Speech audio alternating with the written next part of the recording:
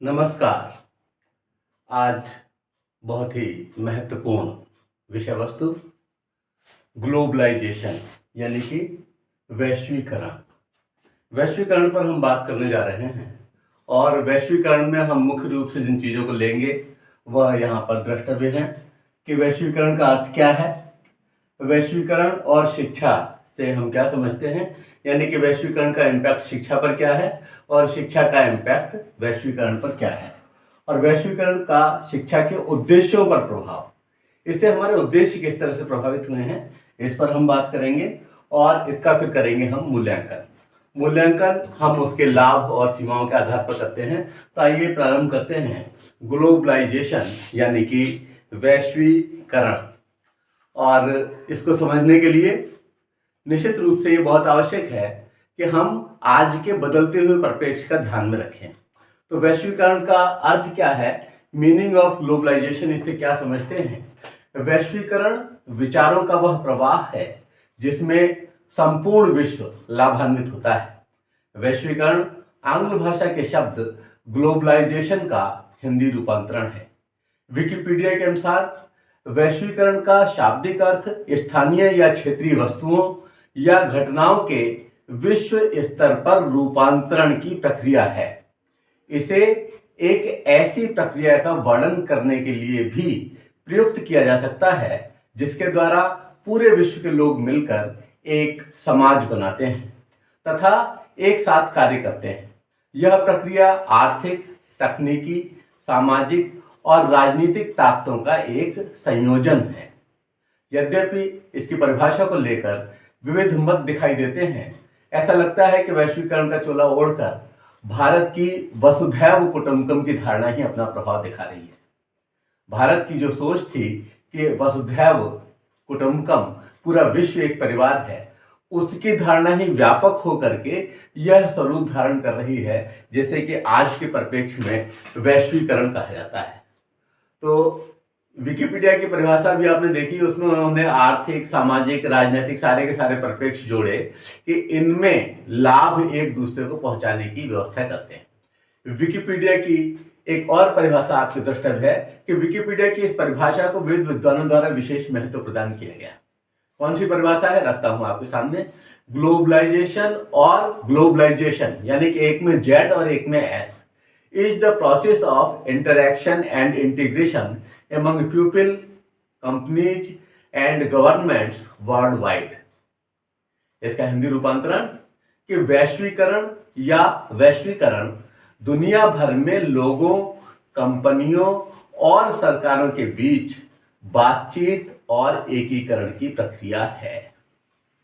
एक और विचारक हुए हैं टर्बर्टसन, वो क्या कहते हैं इस संदर्भ में, आइए उनकी विचारों पर ध्यान देते हैं कि globalisation is a concept that is related to the shrinking of the world and the consciousness and closeness of the whole world. ये कह रहे हैं कि विश्व सिकुड़ता हुआ प्रतीत होता है और इससे यह जो है पूरा विश्व बहुत छोटा हो गया, हमारे संपर्क बहुत अधिक हो गए हैं, हमें पूरा विश्व से हम संपर्क कर सकते हैं।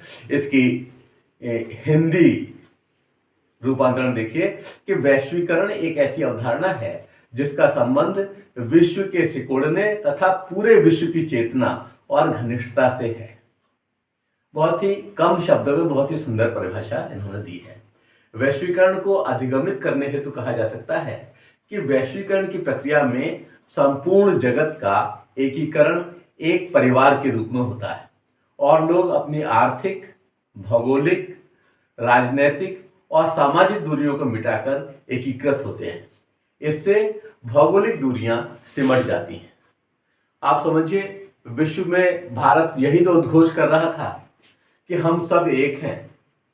वो तो व्यक्ति और व्यक्ति में भी अंतर नहीं करता, और समझिए उसी का ही व्यापक रूप आज हमें दिखाई दे रहा है। क्योंकि हम यहाँ पर विचार करने के लिए आए हैं कि इसका क्या संबंध है एजुकेशन से यानी कि शिक्षा से। तो आइए विचार करते हैं कि वैश्वीकरण और शिक्षा आपस में क्या है, इनके बारे में जो विचार हैं वह द्रष्टव्य है कि वैश्वीकरण और शिक्षा आज एक दूसरे की आवश्यकता बन गए। यानी आज कोई कहे कि ग्लोबलाइजेशन एंड एजुकेशन को हम अलग अलग कर सकते हैं तो संभव नहीं है। जहां वैश्वीकरण है तो शिक्षा की भूमिका को नकारा नहीं जा सकता, वहीं यह कहने में भी कोई अतिशयोक्ति नहीं कि शिक्षा पर वैश्वीकरण का प्रभाव स्पष्ट परिलक्षित होता है। ये दोनों आपस में इतने अधिक गुत्थम गुत्था हैं कि दोनों की एक दूसरे पर अन्योन्याश्रितता स्पष्ट महसूस की जा सकती है। इस संबंधों को, ये जो संबंध है इनको व्याख्यात करने के लिए, इनकी व्याख्या करने के लिए कुछ बिंदुओं का सहारा लेना पड़ रहा है और उन बिंदुओं के इस तरह से क्रम दिया जा सकता है। सबसे पहले कि उद्देश्य निर्धारण, ऑब्जेक्टिव सेटिंग। जब विश्व के एकीकरण के परिप्रेक्ष्य में हम देखते हैं वैश्वीकरण के संदर्भ में, तब हमें ये लगता है कि इसके इन उद्देश्यों को प्राप्त करने के लिए शिक्षा ही एक सहारा है। और शिक्षा अपनी लंबी यात्रा से यह समझ पाई है कि हाँ, हमें उन उद्देश्यों को समाहित कर ही लेना चाहिए जिससे आदमी आदमी में निकटता बढ़ती है, व्यक्ति व्यक्ति करीब आता है और पूरा विश्व एक परिवार के रूप में कार्य करने लगता है। तो उद्देश्यों का निर्धारण जो है वह हमें स्पष्ट परिलक्षित करता है कि वैश्वीकरण को शिक्षा से जोड़ रहा है और शिक्षा को वैश्वीकरण से। दूसरी बात कि विविधता, आज हम देखते हैं डाइवर्सिटी है, तो ऐसी स्थिति में, विविधता की स्थिति में कौन सी ऐसी व्यवस्था हो सकती है, कौन सी ऐसी ताकत हो सकती है, कौन से ऐसे संदर्भ हो सकते हैं जो कि इस विविधता में एकता का प्रदर्शन कराएं, यूनिटी विद इन डाइवर्सिटी। और ये वैश्वीकरण की धारणा से ही संभव है। और वैश्वीकरण की इस धारणा के पल्लवन के लिए कौन मदद कर सकता है, तो वह शिक्षा मदद कर सकती है। आपस में एक दूसरे में इतने घनिष्ठ संबंध है कि शिक्षा उसकी आवश्यकता को महसूस कर रही है और वैश्वीकरण में वह सीधे सीधे हमें महसूस हो रहा है कि हाँ, किन किन बातों को लेकर के चलना है। अगले बिंदु की ओर कदम रखते हैं, व्यक्तिगत और सामाजिक विकास, पर्सनल एंड सोशल डेवलपमेंट। आज की दुनिया इतनी सिकुड़ चुकी है कि हम यहां पर बैठकर अपने इस वीडियो को बनाने के बाद में दूसरी जगह प्रदर्शित अपने आप कर सकता है, जो भी जिसने सब्सक्राइब किया हुआ। आप लोगों में जिसने सब्सक्राइब नहीं किया वह सब्सक्राइब कर सकते हैं। तो मेरा मतलब यह है कि ये आप तक पहुंच रहा है, ये पूरे विश्व में पहुंच रहा है। इसका मतलब कि यहां पर व्यक्तिगत रूप से जो प्रयास किया गया उसका लाभ पूरा विश्व ले सकता है और विश्व में जहां जहां इस तरह के प्रयास हो रहे हैं उसके लाभ हम ले सकते हैं। तो पूरा समाज इससे लाभान्वित होता है और इस लाभान्वयन की प्रक्रिया में सहयोग प्रदान करती है शिक्षा। शिक्षा के माध्यम से वैश्वीकरण का उद्देश्य प्राप्त हो रहा है और उसके उद्देश्य को प्राप्त करने में शिक्षा के अपने उद्देश्य प्राप्त हो रहे हैं। शिक्षा का तो मतलब ही यह है कि वह सब तक पहुंचे, हर जन तक पहुंचे, पूरे विश्व में पहुंचे। तो आप ये समझिए कि ये एक व्यक्तिगत और सामाजिक विकास का उद्देश्य का एक लक्ष्य इसके माध्यम से प्राप्त हो रहा है। अगली बात है, हम वैश्वीकरण और शिक्षा के संबंधों में बात कर रहे हैं, तो इसमें श्रेष्ठ नागरिकों का निर्माण। वैश्वीकरण की प्रक्रिया यह समझती है कि श्रेष्ठ जन अपने आप में श्रेष्ठ हित साझा करेंगे और उस तरह के व्यक्तित्वों का गठन, उस तरह के चरित्रों का गठन यह शिक्षा के माध्यम से ही संभव है। आप ये समझिए कि याज्ञवल्क्य ने कहा, education is that which makes a man of good character you should do the word. इसके पीछे क्या मतलब था? मतलब यही था कि पूरे विश्व को के लिए उपयोगी बनाती है। तो वो कैसा नागरिक होगा? वह श्रेष्ठ नागरिक होगा। तो बेस्ट सिटीजन बिल्डिंग का काम जो है वह शिक्षा के माध्यम से ही संपन्न किया जाता है। तो इसमें और शिक्षा में इतना घनिष्ठ संबंध है कि जो वैश्वीकरण चाह रहा है वह ही शिक्षा कर रही है और ये एक दूसरे से बहुत अच्छी तरह से गुंफित है। अगली बात, आज इतने अधिक साधन विकसित हुए हैं जिसने पूरे विश्व को जोड़ दिया है। आज कहीं पर कोई शोध हो रहा है, कहीं पर कोई बात हो रही है तो तुरंत हमको पता चल रही है। किससे? संचार साधनों से। तो नेक्स्ट पॉइंट के रूप में लिख सकते हैं कि संचार माध्यम का कुशल प्रयोग, efficient use of media. Efficient use of media, इसका आप ये समझिए कि वहां पर कोई अगर नाटक दिखाया जा रहा है, कोई वृत्त चित्र दिखाया जा रहा है किसी और देश में, और हम उसको अपने इस पर देखना चाहते हैं तो हम उसको देख सकते हैं। वहां पर कोई एक सद्भावना को विकसित करने के लिए कोई प्रोग्राम हो रहा है, हम उसको देख सकते हैं, हमारे परिप्रेक्ष्य में उसको लागू किया जा सकता है, नहीं किया जा सकता, हम उस आधार को लेकर के और यहाँ पर उस तरह की स्थितियों को बना सकते हैं। तो ये बहुत आवश्यक है कि संचार माध्यम जो कि आज विकसित हुए हैं और मानव की एक लंबी यात्रा का परिणाम है, वह सही प्रकार से प्रयोग में आ सकें। और इसके लिए वैश्वीकरण की प्रोसेस में एजुकेशन कंधे से कंधा मिला करके योग देती है। एजुकेशन और ग्लोबलाइजेशन दोनों को अलग करना संभव नहीं है। दूसरी बात कि हम ये कहते हैं कि हमारी संस्कृति की पहचान कैसे बनेगी, और आज विश्व में सब जगह बहुत सारे देशों के लोग हैं। ऐसा नहीं है कि हमारे भारतीय केवल भारत में ही है, ये यहाँ से जाकर के दूसरी जगह पहुंचे हैं, वहां पर अपने संस्कृति का प्रदर्शन कर रहे हैं, वहां पर अपनी रीति रिवाजों, नियमों, परंपराओं को मान रहे हैं।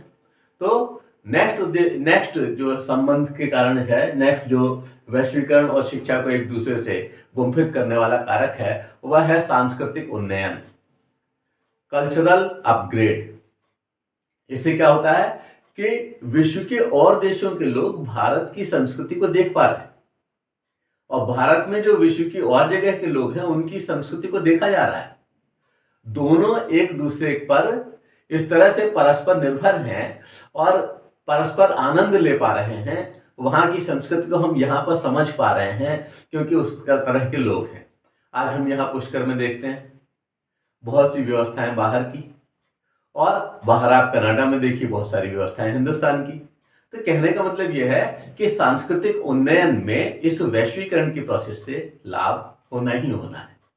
एक और बात जो बहुत ही महत्वपूर्ण है संपूर्ण मानवों के उत्थान के लिए, और वह है जनतंत्र की भावना का विकास या फिर जनतंत्र अभ्युत्थान। तो डेमोक्रेसी के अपग्रेडेशन के लिए, डेमोक्रेसी के विकास के लिए ये बहुत जरूरी है, जनतंत्र के अभ्युत्थान के लिए, कि वैश्वीकरण की प्रोसेस से शिक्षा अपने आप को जोड़े और शिक्षा इसमें सहयोग प्रदान करे, जिससे कि सब जगह जनतंत्र हो सके, लोगों के द्वारा लोगों पर शासन हो और कम से कम शोषण। तो इस भावना के विकास के लिए, इस महत्वपूर्ण काम के लिए भी शिक्षा और वैश्वीकरण की प्रोसेस साथ साथ चलती है। अगली बात, स्वस्थ प्रतिस्पर्धा। शिक्षा हमें एक दूसरे का दोहन और शोषण करना नहीं सिखाती, और वैश्वीकरण की प्रोसेस तो टिकी ही इस आधार पर है कि प्रतिस्पर्धाएं स्वस्थ होंगी, उसमें बेईमानी नहीं होगी, उसमें इस तरह का नहीं होगा कि एक दूसरे को लूट कर का आधार बनाए अपने विकास का। तो ऐसी स्थिति में स्वस्थ प्रतिस्पर्धा, हेल्दी कंपटीशन एक जो है महत्वपूर्ण कारक है, जो वैश्वीकरण और शिक्षा के सहयोग से ही फलीभूत हो सकता है। तो इन दोनों के परस्पर संबंध यहां पर भी दृष्टिगत हो रहे हैं। एक और बहुत ही महत्वपूर्ण और आज के हिसाब से महत्वपूर्ण फैक्टर कहा जा सकता है कि समरसता में वृद्धि, हार्मोनी ग्रोथ। आज आतंकवाद की घटनाएं हम देखते हैं और सभी लोग मिलकर के सारे देश उसे कंडेम करते हैं, सारे के सारे देश उसको गलत मानते हैं। इसी तरह से समरसता की भावना ऐसी है जिससे कि पूरा विश्व अच्छा मानता है। तो वैश्वीकरण की प्रोसेस में एक महत्वपूर्ण स्तंभ के रूप में खड़ी है यह समरसता, और शिक्षा इस समरसता को फैलाने का एक माध्यम है। तो आप ये समझिए, शिक्षा जिसको प्राप्त करना चाह रही है, अगर छोटे स्तर पर प्राप्त करना चाह रही थी राष्ट्रीय दृष्टिकोण से, तो अब व्यापक स्तर पर प्राप्त करने की आवश्यकता है। और हिंदुस्तान तो इस भावना को लेकर के ही जीता मरता है। उसने तो बहुत पहले ही उद्घोष किया कि सर्वे भवन्तु सुखिनः, सर्वे सन्तु निरामया, सर्वे भद्राणि पश्यन्तु, मा कश्चित् दुख भाग भवेत्। वह तो सबके विकास की, सबके उत्थान की बहुत सारी संभावनाओं को अपने साथ लेकर के चलता है। ऐसी स्थिति में वैश्वीकरण और शिक्षा को अलग किया जाना संभव नहीं है।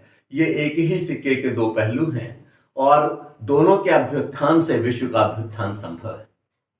इस वैश्वीकरण ने संपूर्ण शिक्षा जगत को अपने लाभों से प्रभावित किया है और इसीलिए इसका प्रभाव शिक्षा के उद्देश्यों पर पड़ रहा है। आइए हम अगले बिंदु के रूप में विचार करते हैं, वैश्वीकरण का शिक्षा के उद्देश्यों पर प्रभाव। Impact of globalisation on the objective of education. तो ऑब्जेक्टिव्स ऑफ एजुकेशन पर क्या इम्पैक्ट है, आइए हम इस पर विचार करते हैं।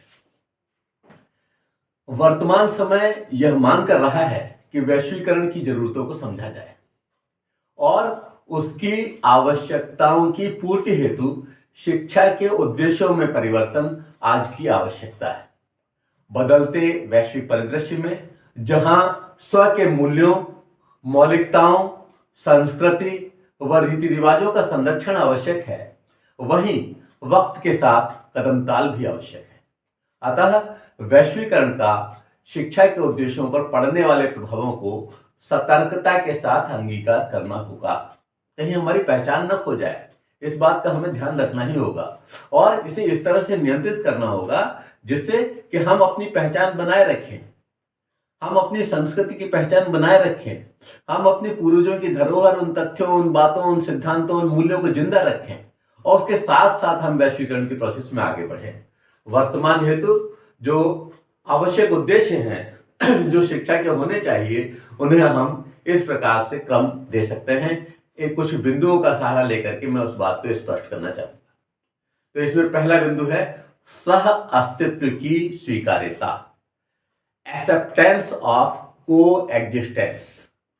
सह अस्तित्व यानी कि आपका भी अस्तित्व रहे और हमारा भी अस्तित्व रहे। ये नहीं कि हम गर्दन काट देंगे, फना कर देंगे, मार देंगे, ये कोई तरीका नहीं। विचारों को बदला जा सकता है, सिद्धांतों में परिवर्तन संभव है। जो आज के हिसाब से आवश्यकता है, जो संपूर्ण विश्व के विकास के लिए आवश्यक चीजें हैं, उनको स्वीकार किया जा सकता है। और ये केवल मस्तिष्क की एक व्यवस्था है, इसका हम सही से पोषण करें। जो लोग पढ़ लिख नहीं पाए हैं, जिन लोगों का स्तर ऊंचा नहीं हो पाया है, उन लोगों को समझाने की आवश्यकता है। और सह अस्तित्व की भावना को जब हम स्वीकार करेंगे तभी हम वैश्वीकरण के उद्देश्य को प्राप्त कर सकेंगे। तो शिक्षा के एक उद्देश्य के रूप में सह अस्तित्व की भावना को साथ लेकर के चलना परम आवश्यक हो गया है। बिना इसके वैश्वीकरण की परिकल्पना भी नहीं की जा सकती। अगली बात, वैश्विक एकता को बढ़ावा। वैश्विक एकता, अभी तक हम बात कर रहे थे परिवार गुमफित रहे, अब तो परिवार ही बिखरने लगे, एकल परिवार होने लगे। पहले पूरे परिवार के लोग एक साथ रहते थे, एक जैसी व्यवस्थाएं थी। आज की बदलती हुई जरूरतों ने, बदलते हुए बाजारीकरण की व्यवस्था ने इसको चेंज किया है, लेकिन फिर भी बहुत सारी विविधता के साथ हम एकता को रख सकते हैं। तो वैश्विक एकता को बढ़ावा, promoting global unity. Global unity को प्रमोट करने की आवश्यकता है कि संपूर्ण मानवता के हित में कौन से तथ्य हैं। अगर मान लीजिए भारत योगासनों और प्राणायाम की व्यवस्था को देता है तो इससे सबका फायदा है। जो भी प्राणायाम करेगा वह स्वस्थ होगा, जो उन योगासनों को करेगा उसे स्वास्थ्य लाभ मिलेगा। तो ऐसी बहुत सारी चीजें हैं जो संपूर्ण विश्व के लिए आवश्यक है और नुकसान उससे किसी को नहीं। तो आवश्यकता है कि वैश्विक एकता को बढ़ावा देने का उद्देश्य शिक्षा अर्जित करे और उस उद्देश्य को लेकर के शिक्षा चल रही है। अगली बात, व्यापक दृष्टिकोण का विकास, डेवलपमेंट ऑफ ब्रॉड पर्सपेक्टिव्स। यानी कि हमें अपने देखने के ढंग को व्यापक बनाना है, संकीर्ण नहीं रखना। और अगर हम संकीर्ण रखते हैं इसका मतलब कि हम कहीं मानसिक गुलामी से, हम कहीं मानसिक कुंदता से प्रभावित हैं। हमें एक व्यापक दृष्टिकोण के साथ आगे बढ़ना है। सबका हित, सबका विकास, सबका लाभ, इस तरह की बातों को ध्यान में रखना है। केवल छोटे से, केवल अपने लाभ के लिए नहीं करना है। और भारतीय परिवेश में तो ये कहा गया कि अयम निजः परो वेति गणना लघु चेतसाम उदार चरिता न तु वसुधैव कुटुंबकम। यानी यह मेरा है वह तेरा है, ऐसी गणना तो छोटी बुद्धि वाले लोग करते हैं। और विशाल बुद्धि वालों के लिए तो संपूर्ण परिवार ही एक, संपूर्ण विश्व ही एक परिवार के रूप में है। तो हमें व्यापक धारणा का, व्यापक दृष्टिकोण का विकास करना है और यह शिक्षा के उद्देश्यों पर वैश्वीकरण का एक प्रभाव हमें परिलक्षित होता है। अगले बिंदु के रूप में स्वस्थ प्रतिस्पर्धात्मक भावना का विकास, development of healthy competitive spirit. आप समझिए कि विश्व में जो खेल होते हैं उनका उद्देश्य क्या है। उनका उद्देश्य यह है कि जो नियम हैं, जो परंपराएं हैं, जो व्यवस्थाएं हैं, जो उस खेल से संबंधित बनाए गए मानक हैं, उन मानकों के हिसाब से चाहे वह देश कोई भी हो, उसको उस पर बिहेव करना है और उसके आधार पर ही तय होना है कि हाँ, ये कौन सी जीत हो रही है या हार हो रही है। जीत हार ये सामान्य बातें हैं। मुख्य बात यह है कि किस तरह से विभिन्न देशों के लोग साथ खेलते हुए एक नियम, एक मर्यादा, एक मानक को ध्यान में रखते हुए और अंततः पूरे विश्व के लोगों का मनोरंजन करते हैं। तो ऐसी ही स्वस्थ प्रतिस्पर्धात्मक भावना हर क्षेत्र में दिखाने की आवश्यकता है और वह उसका आगाज है और हम इसका विस्तार बहुत अधिक कर सकते हैं। तो आवश्यकता है स्वस्थ प्रतिस्पर्धात्मक भावना के विकास की और यह वैश्वीकरण हमें इंगित कर रहा है कि यह शिक्षा का एक प्रमुख उद्देश्य है, development of healthy competitive spirit. अगली बिंदु हम लेते हैं जो कि हमें प्रभावित करता ही करता है, लेकिन उसमें हमें बहुत ध्यान रखने की आवश्यकता है कि हम अपने हिसाब से उसमें चेंजेस लाएं, परिवर्तन करें। और वह बिंदु है आधुनिकता का समावेशन, एब्जॉर्प्शन ऑफ मॉडर्निटी। तो आधुनिकता का हम कितना समावेश करें और कौन सी चीज सच्ची आधुनिकता है, ये बहुत जरूरी है। ये समझना बहुत जरूरी है कि वास्तव में आधुनिकता है क्या, मॉडर्निटी क्या है। ओछापन और छिछोरापन यह नहीं है मॉडर्निटी। मॉडर्निटी आपके विचारों में हो, आपके मस्तिष्क में हो, आपके कृत्यों में हो। और निश्चित रूप से यह मॉडर्निटी, यह आधुनिकता एक व्यापक प्रभाव छोड़ती है। आप अपने कर्म को, अपने व्यवहार को अच्छी तरह से समझ सकते हैं। और यहां पर पुनः गीता का वही श्लोक ध्यान आ रहा है कि नियतम कुरु कर्म कर्म ज्यायो है कर्मण शरीर यात्रा पिचा तेन प्रसिद्ध यदि कर्मण। तो हमें क्या करना है, आधुनिकता का समावेशन करना है, लेकिन हमें इस बात का ध्यान रखना है कि हमारी अपने रीति रिवाज, परंपराएं, संस्कृति कहीं खो न जाए और हम आवश्यकता के हिसाब से, आज की आवश्यकता के हिसाब से हम उसका अनुपालन सुनिश्चित करें। आप समझिए, जब कोरोना फैला तो ये नहीं देखा गया कि वह हिंदू है, वो मुस्लिम है, वो सिख है, ईसाई, सभी ने तो मास्क लगाए, एक ही जैसी व्यवस्था अपनाई। तो अगर आवश्यकता है आज की और उससे हम अपने आप को बचा सकते हैं तो उसे हमें सेवन करना चाहिए। उसमें किसी धर्म को, किसी विचार को, किसी इस व्यवस्था को आड़े नहीं आना चाहिए। वह पूरी मानवता की रक्षा की आवश्यकता है और आज के आधुनिक परिप्रेक्ष्य में उसकी आवश्यकता महसूस हो रही है। तो फिर आधुनिकता का समावेशन ये बहुत जरूरी है, एब्जॉर्प्शन ऑफ मॉडर्निटी, और ये शिक्षा के उद्देश्यों पर प्रभाव पड़ा है। हम कह रहे हैं कि आप आधुनिकता को ओढ़ लीजिए जितनी आवश्यक है। अगली बात, अगला जो शिक्षा के उद्देश्य पर इंपैक्ट आया है वह है व्यावसायिक कुशलता को महत्व, इंपॉर्टेंस ऑफ प्रोफेशनल स्किल्स।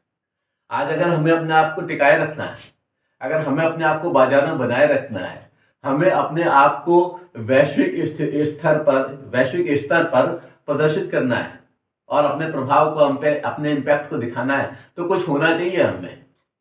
अगर कुछ नहीं है तो हमारा कोई प्रभाव नहीं पड़ेगा, तो फिर हम अपने देश के, अपने क्षेत्र तक में उस चीज का विकास नहीं कर पाएंगे। तो आवश्यकता इस बात की है कि हम अपने स्किल्स में उत्तरोत्तर वृद्धि करें, लगातार वृद्धि करें, और वह वृद्धि इतनी अधिक हो कि पूरे विश्व का इसका लाभ मिल सके। आप समझिए कि आप जब बीएड एमएड स्तर पर या शिक्षा शास्त्र के विद्यार्थी पढ़ते हैं और वो ब्लैक बोर्ड स्किल्स और टीचिंग के तमाम स्किल्स से जुड़ते हैं, तो वहां वह स्किल्स केवल उस चैप्टर को पढ़ाने भर के लिए, और यहाँ विश्व में तमाम स्किल्स हैं, तमाम कौशल हैं, और उसमें पारंगत होने के पर कोई विशिष्ट हो जाता है। आप समझिए, आज अगर अर्जुन तीर चलाने में कुशल न होता तो हम उसके नाम को ऐसे कैसे याद रख पाते कि उसने घूमते हुए उसमें मछली की आंख पर निशाना लगाया, या कर्ण के, बहुत सारे शूरवीरों के, उनके स्किल्स के आधार पर ही हम उनको याद रखे हुए हैं। तो ये बहुत आवश्यकता है कि हम शिक्षा के उद्देश्यों में व्यावसायिक कुशलता को महत्व प्रदान करें, इंपॉर्टेंस ऑफ प्रोफेशनल स्किल्स को हम ध्यान में रखें। ये अभी जो उद्देश्य बताए हैं, ये सारे के सारे उद्देश्य आज के वैश्वीकरण की आवश्यकता भी हैं और मानव के संरक्षण हेतु आवश्यक भी। अतः इन्हें शिक्षा को अंगीकार करना ही होगा। तो आप ये समझिए कि अभी हमने जाना कि वैश्वीकरण का अर्थ क्या है, वैश्वीकरण और शिक्षा किस तरह से एक दूसरे से गुम्फित हैं, किस तरह से एक दूसरे से जुड़े हुए हैं, और हमने ये जाना कि वैश्वीकरण का शिक्षा के उद्देश्यों पर क्या प्रभाव है। आइए अब हम करते हैं वैश्वीकरण का मूल्यांकन। और किसी भी चीज का मूल्यांकन करने के लिए हमें क्या करना होता है, हमें उनके गुण दोषों पर विचार करना होता है। वर्तमान ने मानव को उस स्थल पर लाकर खड़ा कर दिया है जहां प्राचीन भारतीय सह अस्तित्व व सह विकास के भाव का पोषण वैश्वीकरण के रूप में परिलक्षित हुआ है। वैश्वीकरण के मूल्यांकन हेतु उसके लाभ व सीमांकन का विश्लेषण करना समीचीन होगा, जिसे हम इस प्रकार से क्रम दे सकते हैं। तो इसके मूल्यांकन पर अब हम चर्चा करने जा रहे हैं, वैश्वीकरण के मूल्यांकन पर। तो मूल्यांकन में हम सबसे पहले क्या करते हैं, बात करते हैं वैश्वीकरण से लाभ।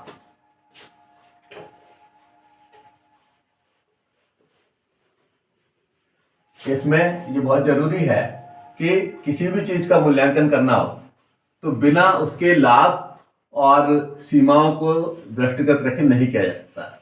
तो वैश्वीकरण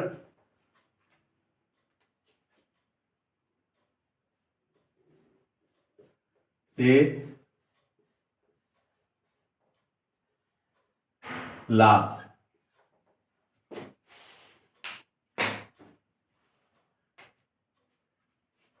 वैश्वीकरण से लाभ यानी कि बेनिफिट्स फ्रॉम ग्लोबलाइजेशन। हम इसके बेनिफिट्स पर चर्चा कर रहे हैं।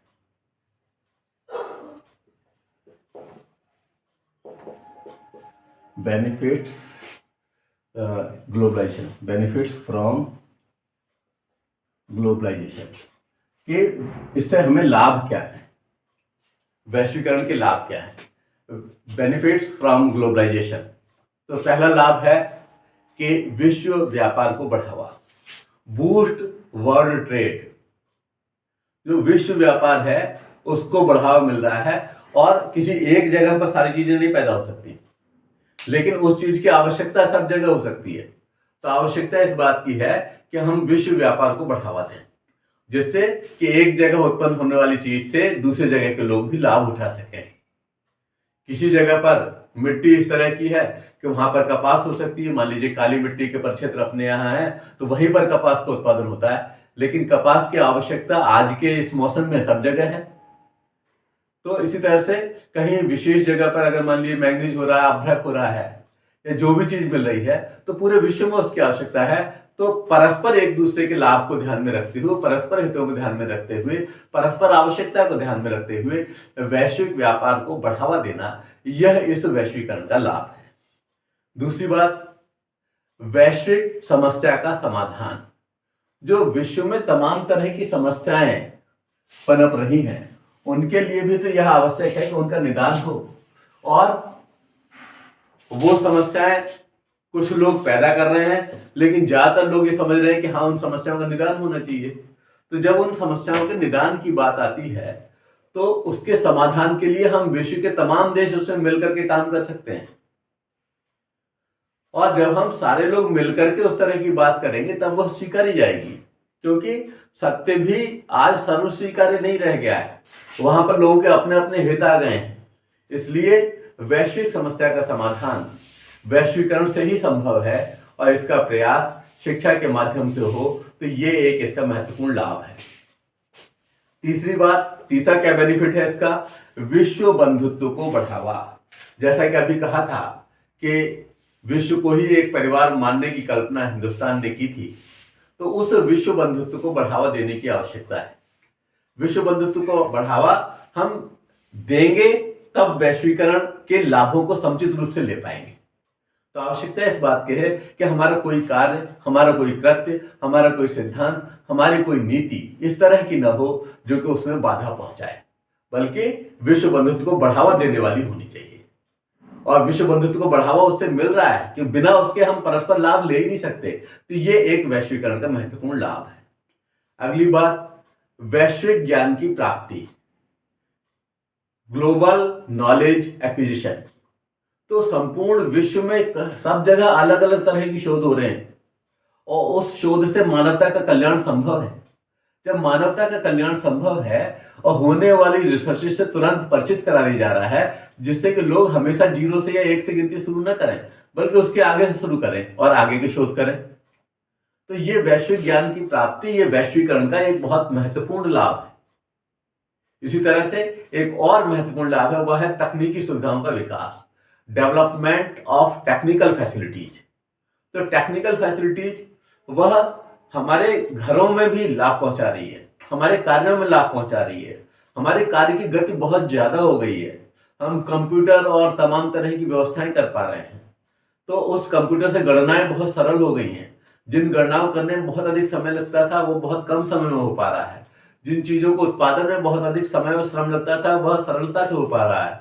हम अपने घरों पर गैस को, चाहे वॉशिंग मशीन या बहुत सारी चीजें इस तरह की हैं जिनका कि हम यूज कर रहे हैं और उनसे हमारे कार्य सरल हो गए, उससे हमारा समय बचा है, उस बचे हुए समय हम दूसरा कार्य कर पा रहे हैं। यह वैश्वीकरण से ही संभव हो पाया है। और अगर मान लीजिए किसी एक छोटे से देश ने कुछ तलाश करके केवल अपने पास तक रख लिया होता, तो पूरे विश्व की पूरी मानवता को उसका लाभ नहीं मिल पाता। तो डेवलपमेंट ऑफ टेक्निकल फैसिलिटीज ये एक बहुत ही महत्वपूर्ण लाभ है। और एक लाभ ऐसा है जो कि हमें कम दिखाई पड़ता है और वो है बहुत महत्वपूर्ण, वह है राष्ट्रीय सशक्तिकरण। अपने राष्ट्र का सशक्तिकरण भी उससे ही संभव है। आप समझिए, आपके पास कोई चीज अतिरेक में है, तो उस अतिरेक का करेंगे क्या? और जैसे मान लीजिए हमारी अपनी ऊर्जा है, इस ऊर्जा को बचा करके कल के लिए तो नहीं रखा जा सकता। तो आज की ऊर्जा आज ही खर्च हो और उससे पूरे विश्व को लाभ मिले, तो इसमें क्या दिक्कत है? तो राष्ट्र के सशक्तिकरण के लिए, राष्ट्र में पैदा होने वाली अधिक चीज को खपाने के लिए, राष्ट्र की उस ऊर्जा के पूरे विश्व में प्रयोग करने के बदले में हमें कुछ प्राप्त होता है। जो हमें प्राप्त होता है वह राष्ट्र के सशक्तिकरण के लिए आवश्यक है। अगर वह राशि के रूप में है तो उससे हम सेनाओं के लिए हथियार खरीद सकते हैं, हम अपनी सीमाओं को और अधिक सशक्त कर सकते हैं।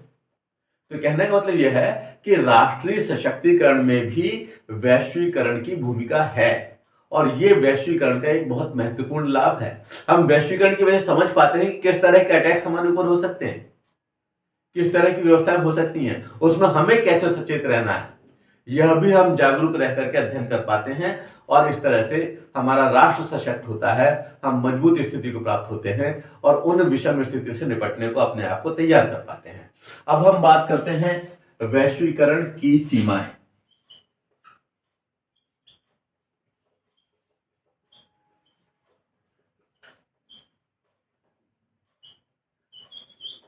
वैश्वीकरण की सीमाएं यानी कि लिमिटेशंस ऑफ ग्लोबलाइजेशन।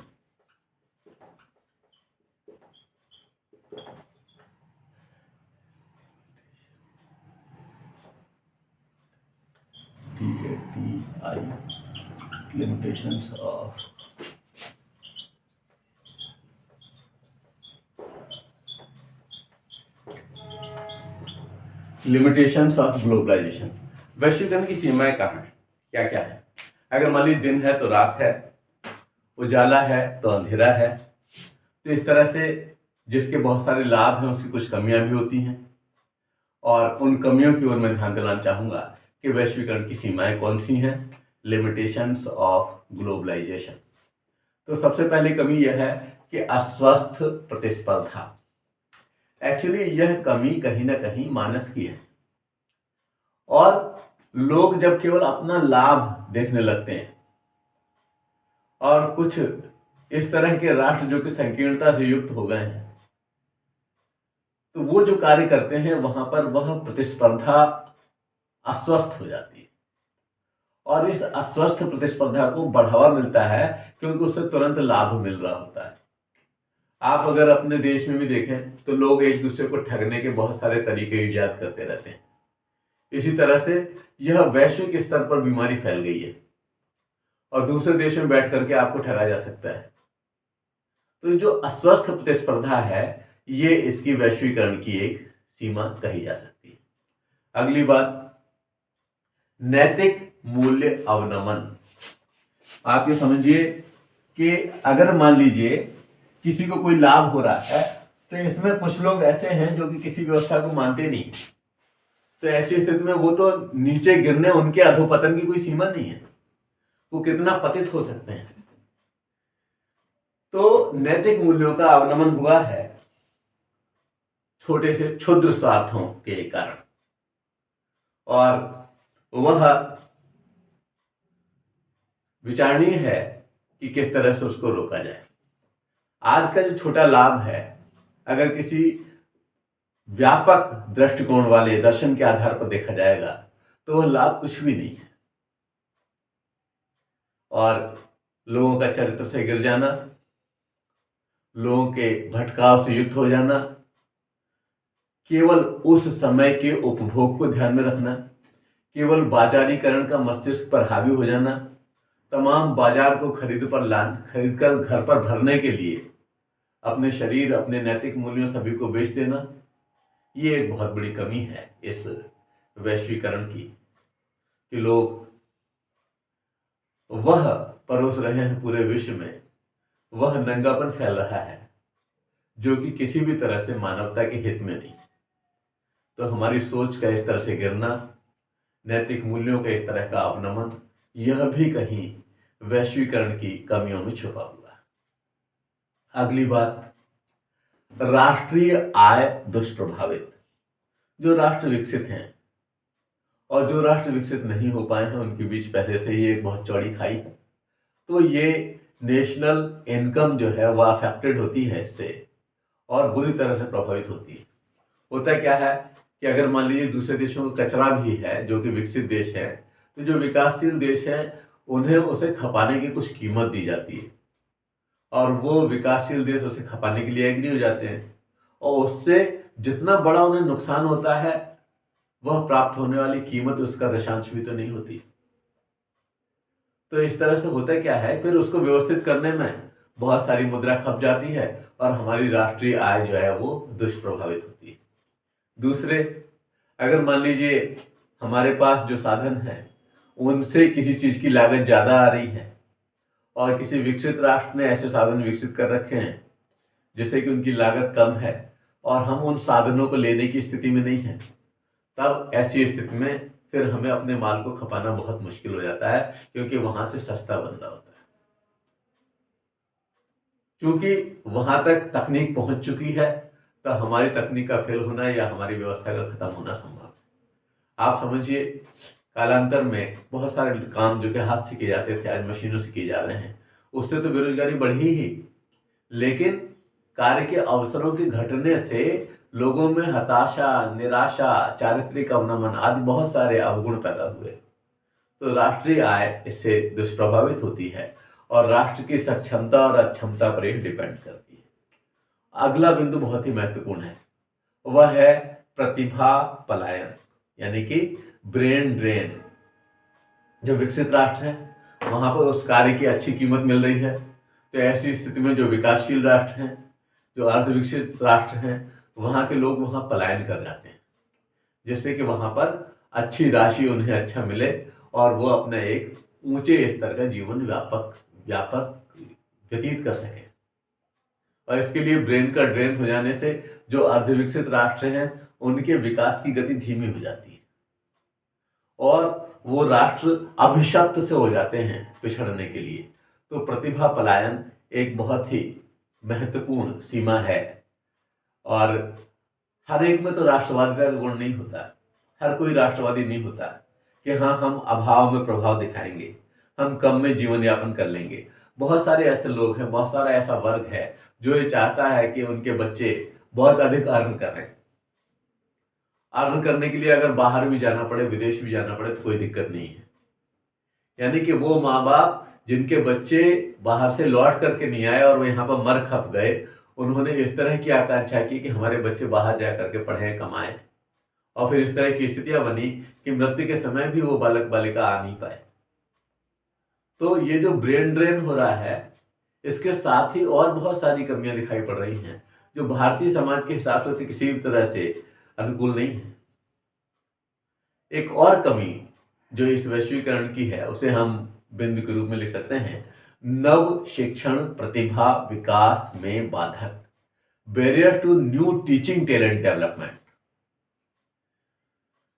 जो काम है अध्यापक का, उसके बहुत सारे कार्यों को तकनीक ले तो रही है, लेकिन तकनीक एक इस तरह की व्यवस्था है जिसमें कि सीधा का सीधा उस पर उसका प्रेजेंटेशन तो संभव है, लेकिन अगर मान लीजिए कोई इच्छा है बालक की, कोई चेंजेज आना है उसमें, तो वो क्लास में अध्यापक जिस तरह से कर सकता है वैसा वो कर नहीं सकती।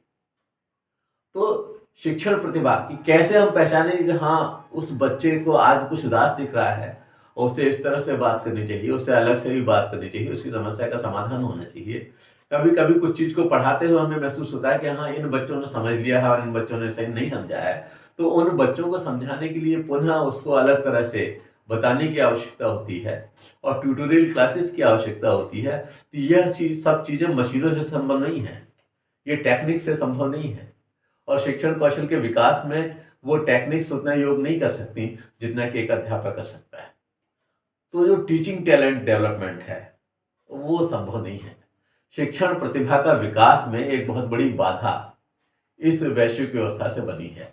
हालांकि विश्व में बहुत सारे लोगों ने बहुत सारे ज्ञान को परोसने का तो प्रयास किया है, लेकिन वह अधिगमित हो रहा है, इसके सारे के सारे प्रयास वह तकनीकी दक्षताएं कर पाएंगी, इसमें आज भी प्रश्न चिन्ह लगा हुआ है। तो नव शिक्षण प्रतिभा विकास में ये बाधक हो रहा है वैश्वीकरण।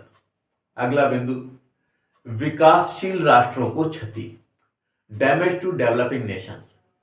जो विकसित राष्ट्र हैं उनका नाम हम हर बात में लेते हैं और उन्हें हम शीर्ष पर महसूस करते हैं, लेकिन जो विकासशील राष्ट्र हैं उनके लिए एक बहुत बड़ी बाधा पैदा हो गई है कि जिस तरह से अगर मान लीजिए कोई गांव है जहां पर दूध का उत्पादन हो रहा है, तो वो दूध उस गांव से पैदा होने के बाद में पड़ोस के शहर में अगर चला जा रहा है तो वहां उससे तरह तरह के मिष्ठान बन रहे हैं, तो ज्यादा लाभ जो कमा रहे हैं वह उस शहर वाले होंगे, और जिनका कच्चा माल है उन्हें उतना लाभ नहीं मिलेगा। तो यही स्थिति देशों के परिप्रेक्ष्य में है कि हमारे यहाँ से जो कच्चा माल निर्यात होता है विभिन्न अर्धविकसित देशों से, साधनों की कमी की वजह से, फैक्ट्रीज की कमी की वजह से, उसको वो पक्का माल तैयार करते हैं और फिर हमें ही बेचते हैं।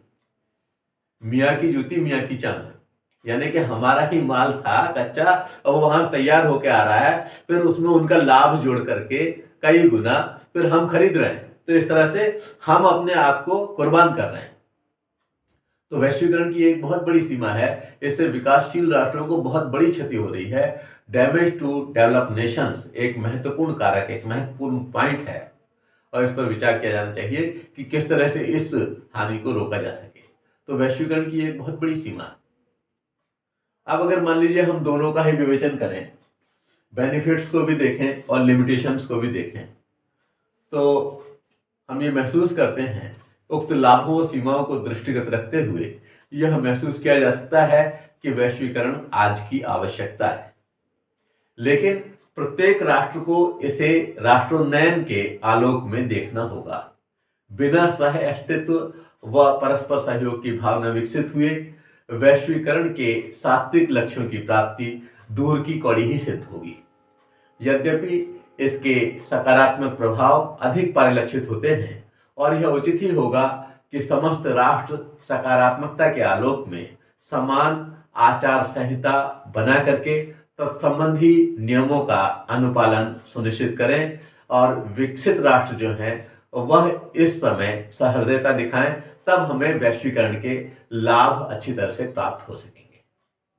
धन्यवाद, धन्यवाद, धन्यवाद।